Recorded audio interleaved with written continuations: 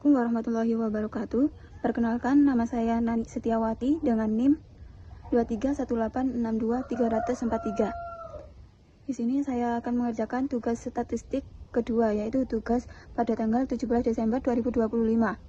Adakah hubungan antara komitmen tugas dan motivasi kerja terhadap kinerja karyawan? Data variabel X1 itu komitmen pada tugas. Kalau variabel X2 itu motivasi kerja dan variabel Y itu kinerja. Sebagaimana terlihat pada tabel ini.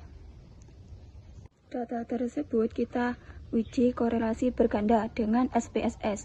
Datanya sudah saya buat menjadi Excel. Setelah itu kita buka SPSS-nya. Di SPSS setelah dibuka kita ke variabel view. Di nama kita ketik X1, X2, dan variabel Y. Setelah itu di bagian desimal kita ubah menjadi 0 semua. Setelah di desimal, di label kita cek di tugas kita, label yang X1 itu komitmen pada tugas, label kedua motivasi kerja, label ketiga yaitu di Y itu kinerja. Setelah labelnya kita isi, yaitu X1 komitmen pada tugas, X2 motivasi kerja, Y-nya kinerja. Yang bagian measure kita ubah ke scale semua. Setelah itu, setelah diubah semua, kita ke data view, kita cek apakah datanya sudah diubah, sudah ya. Setelah itu X1, X2, Y datanya kita ambil di Excel, kita salin semua X1, X2, Y.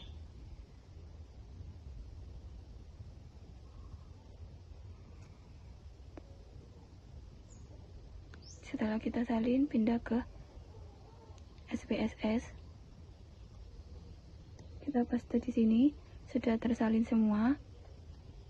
Karena kita mau menganalisis, setelah datanya kita salin, kita ke analyze. Setelah itu regression. Setelah regression yang linear, yang kolom kedua. Setelah itu kita klik linear. Nah, ini datanya sudah masuk. Jadi yang data di sini kita pindah ke dependent sendiri, independent sendiri.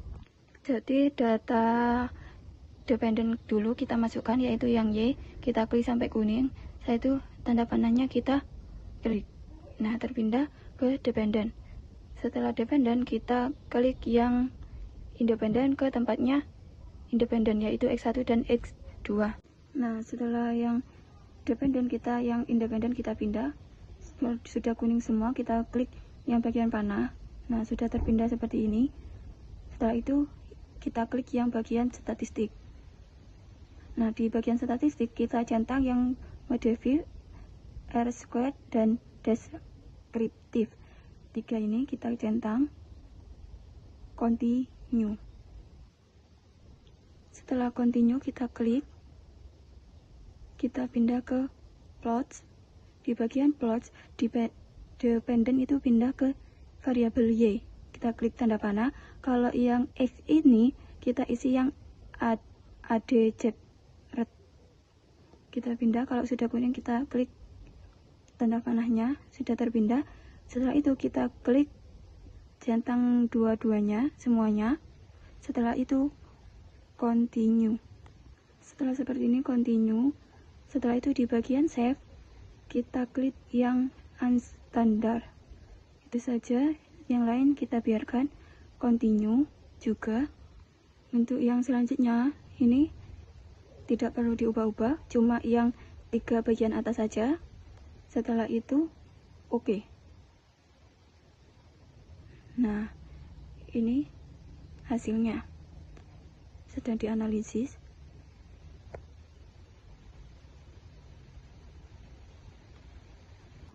Ini adalah hasilnya dari uji SPSS yang dari data yang kita masukkan tadi.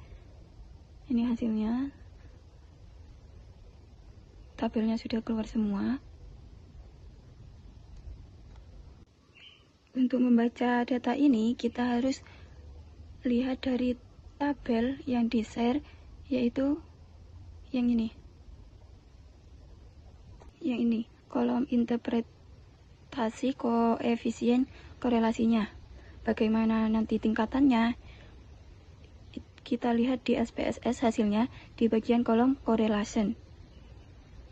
Setelah itu kita cari hubungannya, kita klik atau tulis di Excel. Yang pertama yaitu hubungan X1 dan Y, X2 dan Y. Yang ketiga yaitu X1 dan X2. Yang terakhir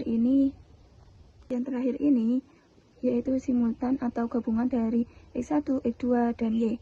Cara melihatnya, kita lihat hubungannya di SPSS yang tabel bagian correlation. Ini yang pertama, hubungan dari X1 dan Y. Kita lihat di SPSS, cara melihatnya di correlation. Kita tarik garis. Kalau X1-nya yaitu kinerja pada tugas dengan Y itu tadi kinerja. Kita tarik garis. Nah, hasilnya yaitu 0,287. Kita lihat di komitmen pada tugas. Nah, 0,87. Nah, tarik garis. Hubungan dengan Y-nya. Kita tulis di Excel. Hubungan dari X1 dan Y itu 0,287. Itu hasil hubungan dari X1 dan Y. Kita cari yang X2 dan Y. Lihat saja sama, tarik garis. X2-nya itu motivasi kerja, Y-nya itu kinerja. Jadi dari tabel korelasi hanya bisa melihat hubungan antara X1 dengan Y, X2 dan Y, X1 dan X2. Ini hasilnya.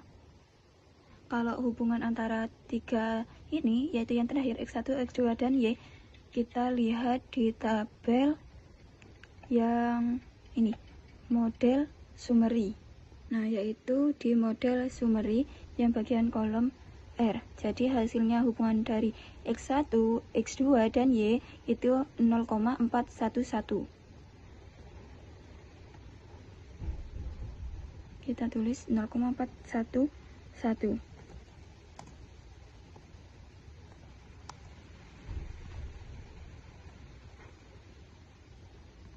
Jadi cara membaca hubungan antara semuanya, kita buka di tabel yang sudah dikirim, yaitu tabel interpretasi koefisien korelasinya.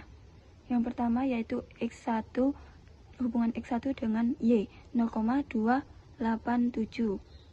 Di sini di tabelnya kita lihat 0,287 masuk ke bagian yang ini, rendah, yaitu hubungan X1 dan Y itu masuk tingkat hubungannya yaitu rendah.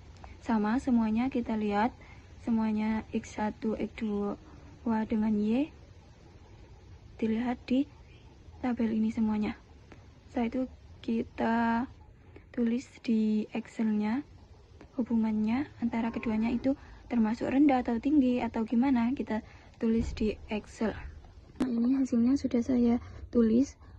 Kalau hubungan yang ketiga ini semuanya rendah, dilihat dari ini, karena termasuk di interval koefisiennya 0,20 sampai 0,399. Kalau yang simultan atau hubungan ketiganya X1, X2 dan Y itu naik tingkat ke sedang, yaitu termasuk interval koefisien 0,40 sampai 0,599. Tingkatnya hubungan sedang. Setelah kita cari hubungannya, tugas selanjutnya yaitu kita tentukan hipotesis korelasi parsial dan hipotesis korelasi simultan dari file yang ini. Kita cari. Nah, kalau yang parsial kita salin ini, kalau yang simultan yang ini kita salin semuanya. Yang pertama yaitu hipotesis korelasi parsialnya, kita salin, kita pindah ke Excel.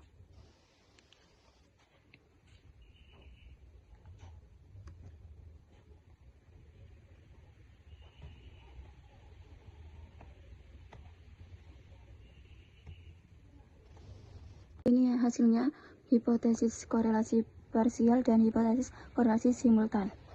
Setelah itu kita tentukan ini dasar pengambilan keputusannya. Yang pertama, jika p-value nilai signifikannya lebih besar dari 0,05, maka H0 diterima. Kalau H1-nya ditolak, artinya tidak ada hubungan signifikan. Kalau p-value-nya nilai signifikan lebih kecil dari 0,05, maka H0 ditolak, H1-nya diterima, artinya tidak ada hubungan signifikan. Nah, kita tentukan dasar pengambilan keputusan X1 dan Y, p-value-nya ini tadi. Jika p-value-nya kita lihat di SPSS yang bagian correlation. Kalau tadi tingkat hubungannya kita lihat di persen correlation, kalau sekarang untuk p-value-nya kita lihat di sig wanted lights ini, kolom kedua.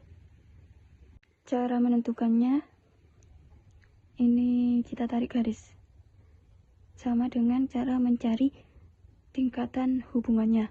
Jadi hasilnya seperti ini. Untuk p-value-nya X1 dan Y itu 0,62, maaf, yang X2 dan Y-nya 0,025. Ini yang X1 dengan X2 0,079.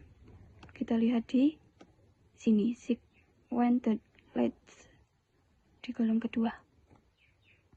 Tadi p-value-nya sudah ketemu semua, kita bandingkan dengan taraf signifikan 0,05. Dengan ketentuan seperti ini, kalau p-value-nya lebih besar, ini hasilnya, maka seperti ini. Kalau lebih kecil, maka seperti ini. Jadi hasil dari hipotesis korelasi parsial seperti ini. Kalau X1 dan Y itu ada hubungan, kalau X2 dengan Y itu tidak ada hubungan karena 0,025 lebih besar dari taraf signifikan 0,05.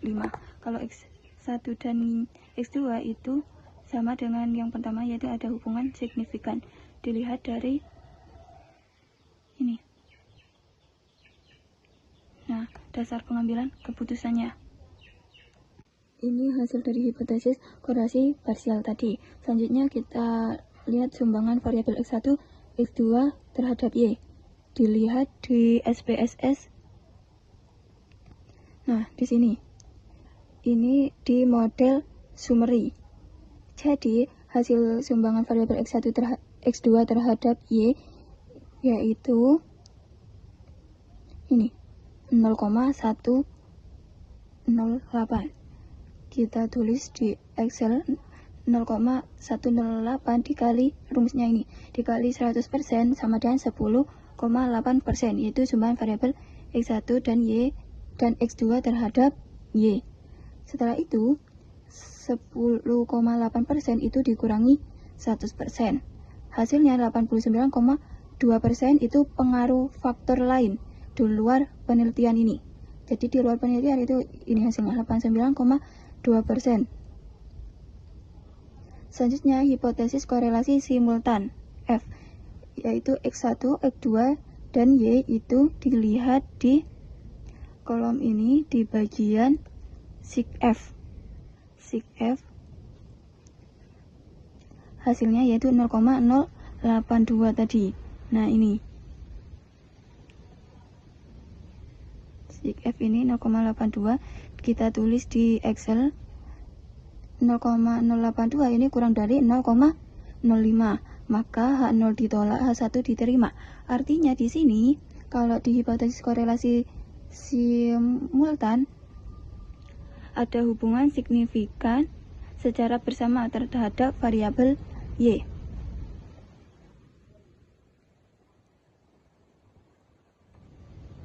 Sudah, ini tugas untuk mencari korelasi berganda. Hasilnya dari uji korelasi berganda ini yang hubungannya, ini hipotesisnya, hipotesis korelasi parsialnya hasilnya ini. Kalau sumbangan variabelnya ini, hipotesis korelasi simultannya ini hasilnya. Dilihat dari hasil SPSS. Sekian dari saya. Terima kasih. Apabila ada salah kata, mohon maaf yang sebesar-besarnya. Wallahul muwaffiq ila aqwamit thoriq. Wassalamualaikum warahmatullahi wabarakatuh.